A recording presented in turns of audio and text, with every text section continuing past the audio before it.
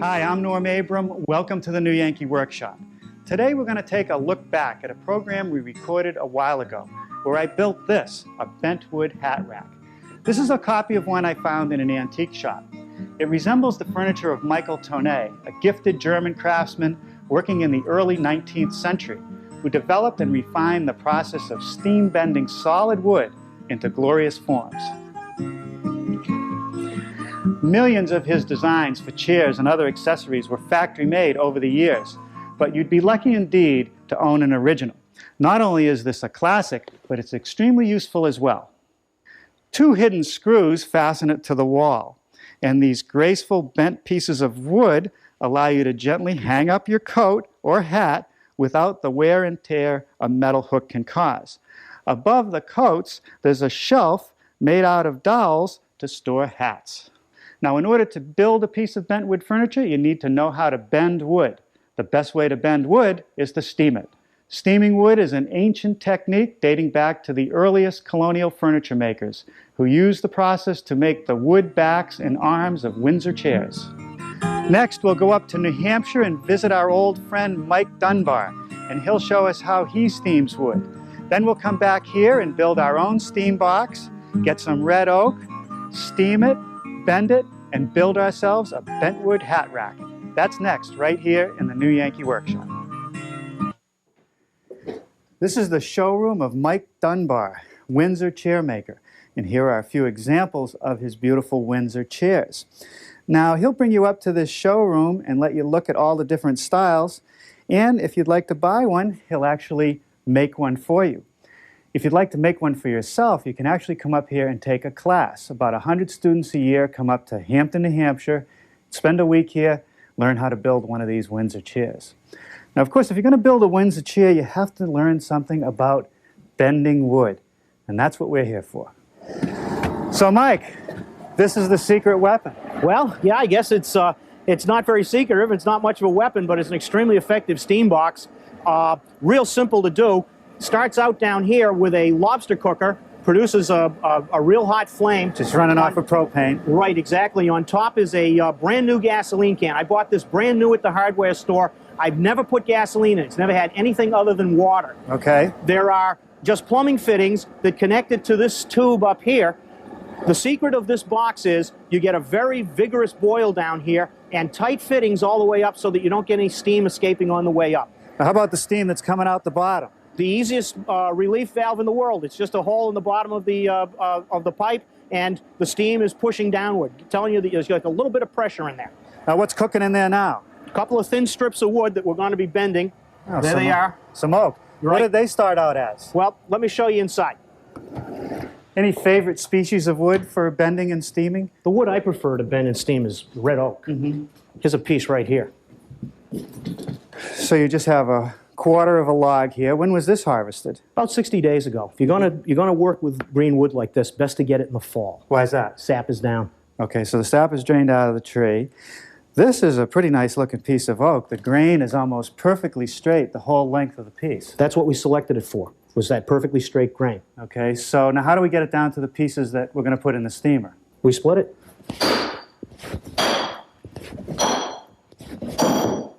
All right. Boy, that is a nice straight piece of wood. It is. So once again, we're going to do it again, and we'll get it down eventually to a size about like that, and then we'll work with finer tools. All right, what's next? We'll take it over the bench. We'll get one flat side. All right. Now, what are you trying for here? I just want to get one flat surface, Norm, so I can run this through the thickness planer.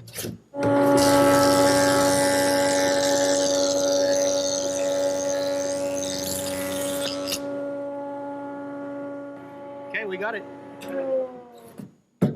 Now here you're just working on the edge. Right, I just want to get one edge square so I can run it through the table saw. I'm going to take and put this square side against the rip fence. Okay, before we take anything out of the steam box, we better make sure our form is ready. All right. This is the bending form. It'll produce something that looks like that. I think that's what you're gonna need. Yeah, this is pretty close to one of the pieces I want, but you know, at first glance you might think this has been cut out with a bandsaw, but I can see the grain of the wood just going right around. And this will hold this shape, no problem? Once it's dry, it'll hold that shape, yeah. Now the form looks pretty simple. You got a piece of 3/4 inch plywood. Yeah, a couple of raised molds here, some holes for pins and for wedges. And you've secured the whole thing to the workbench. Right, when we're bending, we don't want that to move. Now, Mike, tell me this. How much time do we have to get the wood from the steamer over onto the form? We'll want it bent in about 45 seconds. Oh, now I know why you want the form ready and why we're so close to the steamer. When you're bending wood, you don't want anything going wrong. We ready to try a piece? I'm ready if you are. All right. There's your tongs. Okay. 45 seconds, huh? Okay, you do that side. Okay. Now, is there any secret to this? Just slow and easy. It's hot, A isn't little it? hot on the fingers. It seems to be bending nicely. And when you clear that hole over there, take a pin and put in a wedge. And it is burning. It is, that's right. If it isn't hot, it won't bend. Beautiful. Now, how long does it have to sit in this form? Well, it has to dry, and we'll speed it up by putting it in the kitchen oven. Just an ordinary household oven? Right. Set it at the lowest setting, 150, 170 degrees, and bake it until it's dry. How will I know it's dry? It'll be loose on the form. Okay. Well, there's a lot to this. Think I'm ready to go solo? Oh, yeah, you're all set. And if you have any trouble, you know the way back. Well, thanks for all the tips. It's been great. You're welcome. Well, when we got back here to the shop, the first thing we did was to build a steamer, just like Mike's. So now while the steamer heats up, let's go look at the wood. And you'll notice that I've kept the steamer close to the shop door, because once the wood is steamed, I don't have much time to get it to my forms. If you'd like to build the bent wood hat rack, a measured drawing is available with a materials list, and you'll hear more about that before the program ends. Now, before we start any work today in the shop, let's take a moment to talk about shop safety. Whether you're using hand tools or power tools, be sure to read, understand, and follow all the safety rules that come with your power tools. Knowing how to use your tools properly will greatly reduce the risk of personal injury. And remember this, there is no more important safety rule than to wear these safety glasses. Now, to get started, I need to make some pieces to bend or put in the steamer. And Mike was nice enough to give me some of his nice green oak. And I left it outside because I don't want it to dry out too much. And it's actually going to make the process of splitting it a little bit easier because it's frozen. Now, the reason we go through all the trouble of splitting the wood is that if I was to run it through the saw, it's possible that I would go across the grain. And that almost guarantees that when I put the wood in the steamer and then try to bend it, that it's going to split. So we're going to start by just using an axe, and we're going to split this piece right in half.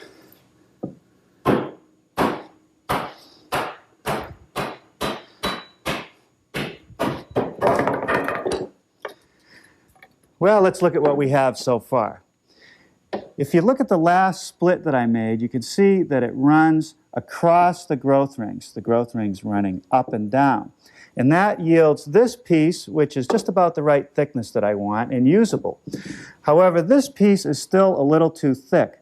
If I was to make another split across the growth rings, it would be all right on this end, but on this end, I'm afraid the pieces will be too thin. Now, there's no reason not to make a split with the growth rings. And if I do that, this will yield a good piece on this side. This will be waste. Good. The next step is to smooth one of the wide surfaces. And I'm tempted to take this to the joiner, but the joiner will remove the high spots. And the more I join it, the risk is that I'll go across the grain. When I steam the piece and try to bend it, it's going to split. So I want to use a hand plane, which allows me a little more control to follow the grain and smooth it out.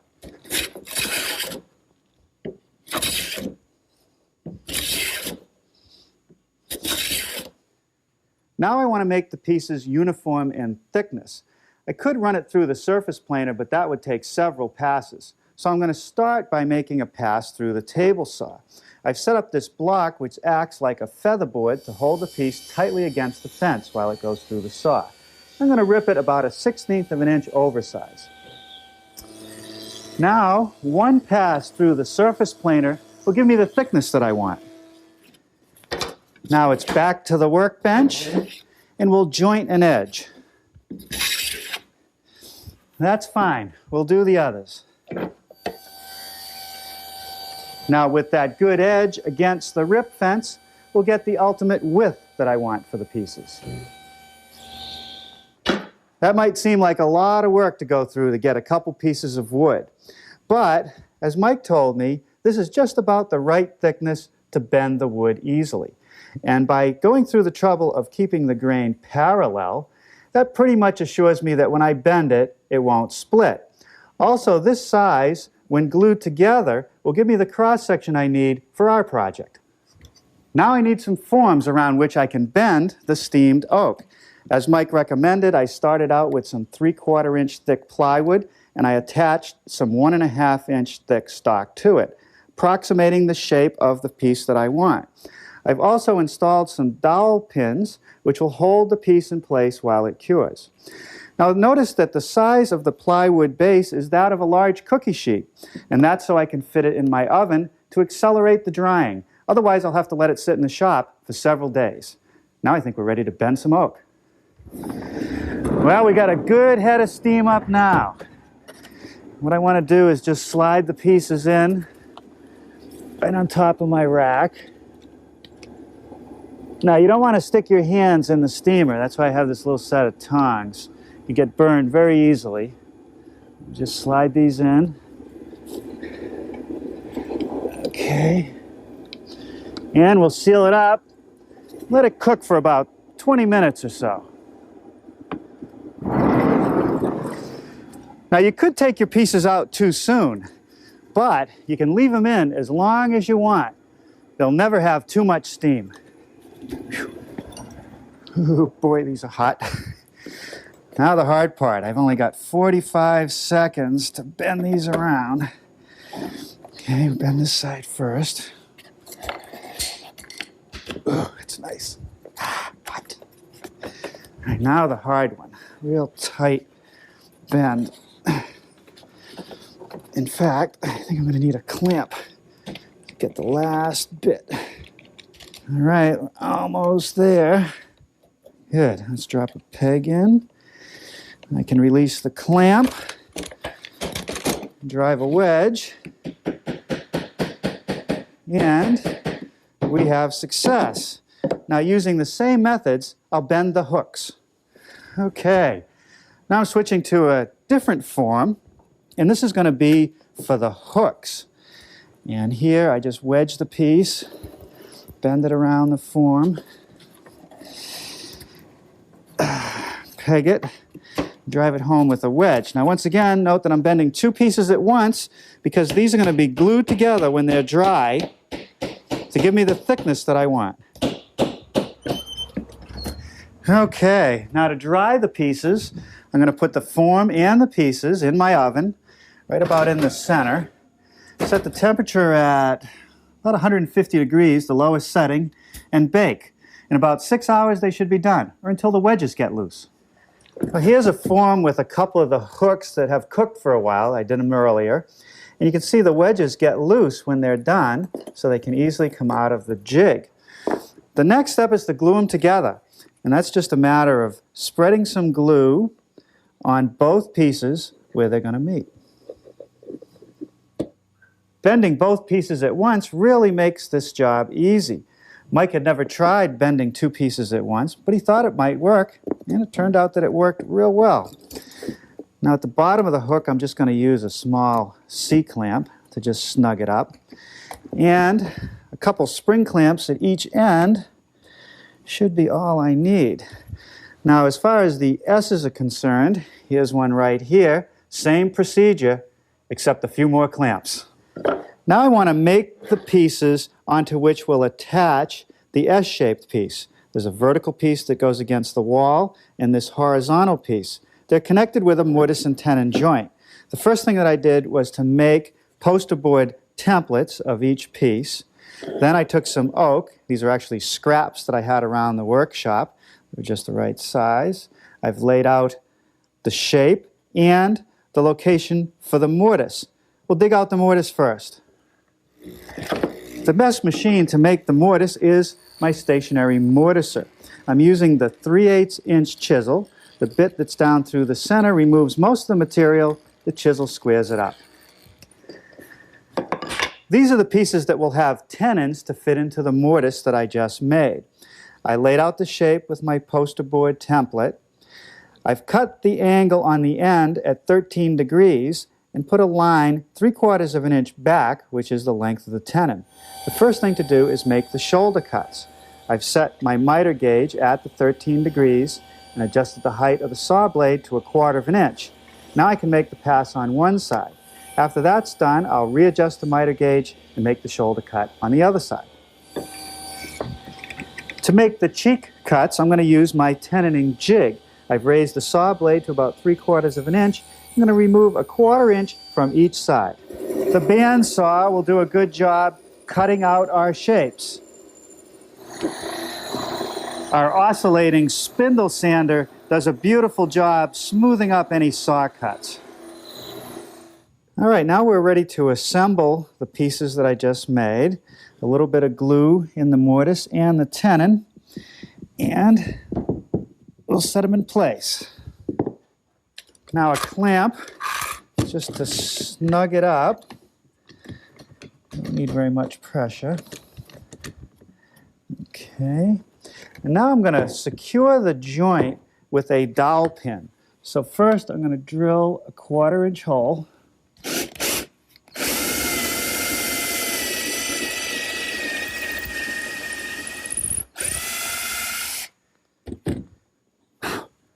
Put a little bit of glue on the pin and drive it home.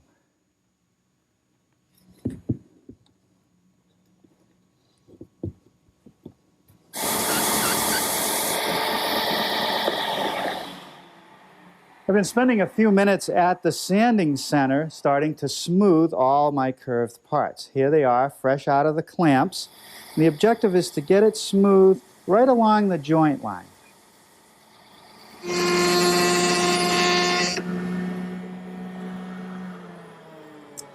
Now the objective is to round over all the edges of the bent pieces. So I've come to my router table. I removed the fence completely, installed a 1/4 inch round over bit, and this guide pin, which helps hold the piece stable as I run it through the bit. Now I want to complete the forming of the bent pieces. So I brought the antique out again so you can see what our goal is. I want to work on this S-shaped piece first. And if you look at the antique, you can see that the very top has been thinned down and brought to a point. So I'm going to remove the bulk of that material with my drum sander.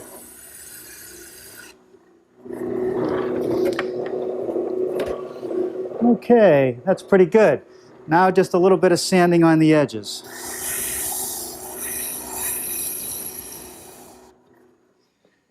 Now on the other end of the piece, I want to taper it so that it's a 1/2 inch at the very end to fit into a socket that'll be in this cross piece.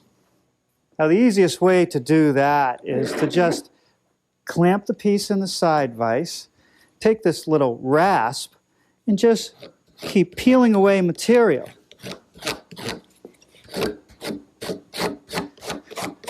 Okay, I think we're pretty close. Now I've taken a scrap piece of wood and drilled a 1/2 inch hole in it, about 3/8 of an inch deep. I'm going to just use that as a test piece to see how it fits. And that's going to be good. So now I'll just sand it smooth with some sandpaper. Now for the remaining hat hooks. This end is tapered just like the S hook was.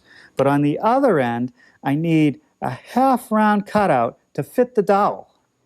Here at the drill press, I've installed a 5/8 inch diameter bit, the same as the cross dowel. I've attached a couple blocks of wood to hold the piece securely as I drill through. Okay, that gets most of it. Now just a cut with the mat knife.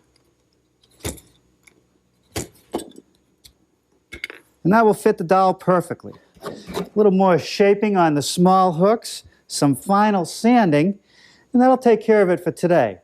First thing tomorrow morning, we'll put this together.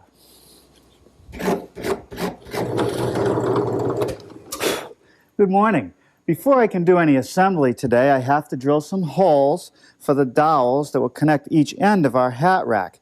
I'm starting with a 3/4 inch Forstner bit. I have to drill 2 holes in the horizontal piece, one at the end and one closest to the vertical piece.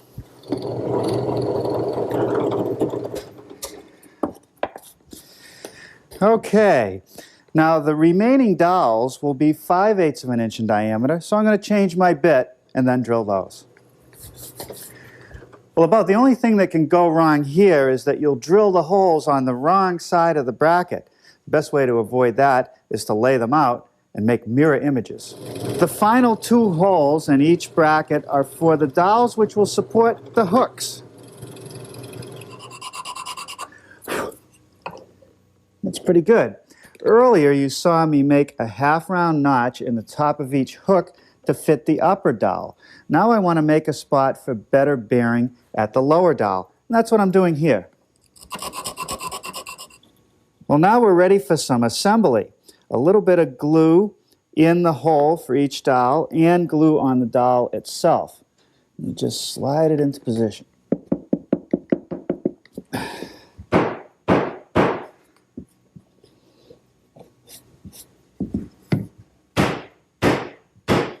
I brought back the antique rack to show you the connection between the hooks and the cross dowels. They simply used a steel screw. I don't think that's very attractive. But then again, they didn't have the adhesives that we have. I'm going to use a 1/4 inch dowel pin and a little bit of glue. All I have to do is take the hook, set it in the notch that I made earlier, hold it steady, and using a 1/4 inch brad point bit, drill a hole about 3/4 of an inch deep. Okay, now we'll connect the other end.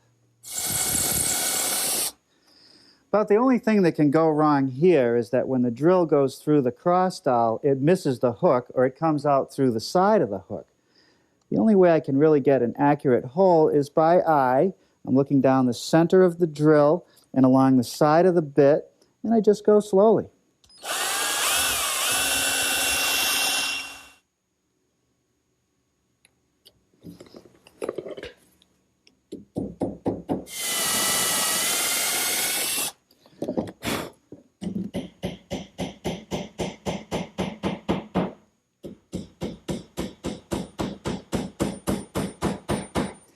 And that's how the S-hook is attached.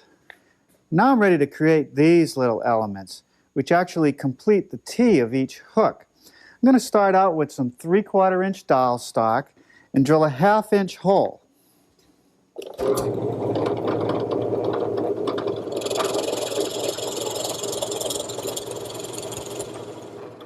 The way I'm going to get these pieces to look handmade is to sand them.